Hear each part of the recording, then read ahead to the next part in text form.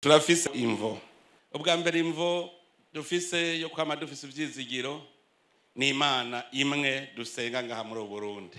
N'icivugo ku ngoma y'u Burundi cari Imana umwami Uburundi.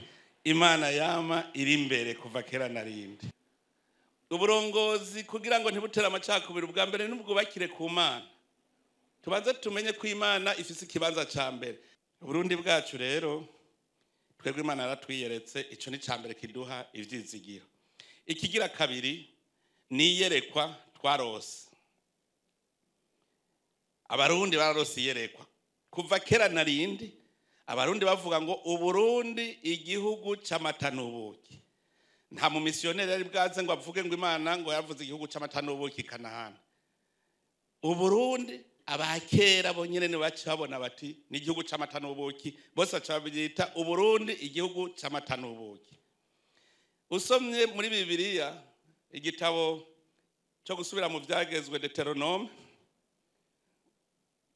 ikigabane c'8 kuva ku murongo w'indwi gushika ku 11 niho bavuga ingene igihugu c'amata n'ubuki cari kimeze, igihugu ca Kanahani bene Israeli bariko bajamwe. Ico gihugu ni igihugu ngo c'imisozi, ngo amazi ngo yiburuka mu mariba, ngo no mu mibande. Naye mu Burundi sivyo bihari. Ngo igihugu c'imisozi, Uburundi si igihugu c'imisozi. Ngo igihugu kirimwo ubutare bwishi. Uburundi ntiburimwo ubutare bwishi. Ikigira gatatu nuko turi umwe. Haja kuronka ihanga ugasanga ni umwe, tuvuga ururimi rumwe. Murazi ubwo butunzi ngene bungana. Ururimi rumwe. Ugira ngo ni heshi n'ibihugu vyinshi usanga bavuga ururimi rumwe. Usanga ururimi bavuga ari urwigano. Mugabo twebwe iyo Mana yaraduhaye turaba umwe. Turi kumwe twese ntihajya murandabwira turi kumwe twese birashoboka. Nurunani gusenyera ku mugozi umwe. Umwe araja gusenya hariya uwundi hariya kuko biranditse Imana ntitanga ingabirano zimwe.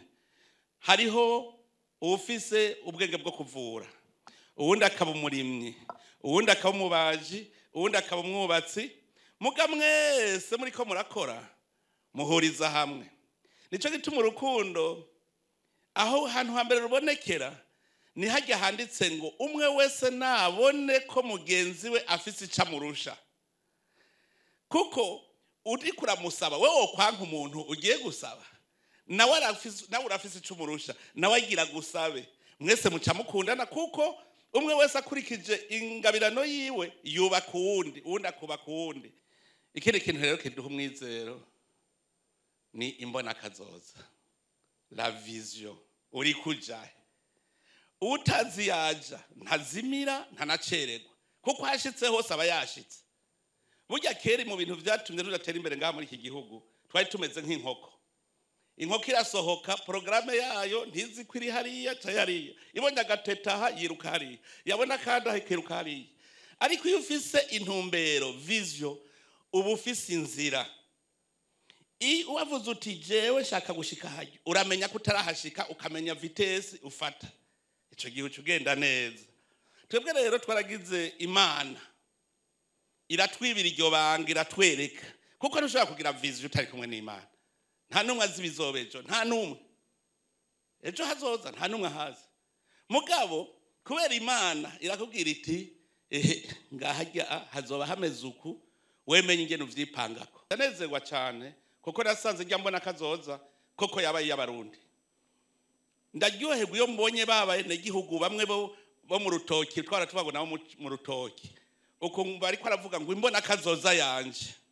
Ntimbwira imbona kazoza yawe ngo ntegerezwa kuba meze uku nuku nuku. Birahimbaye. Ni imbona kazoza y'Abarundi.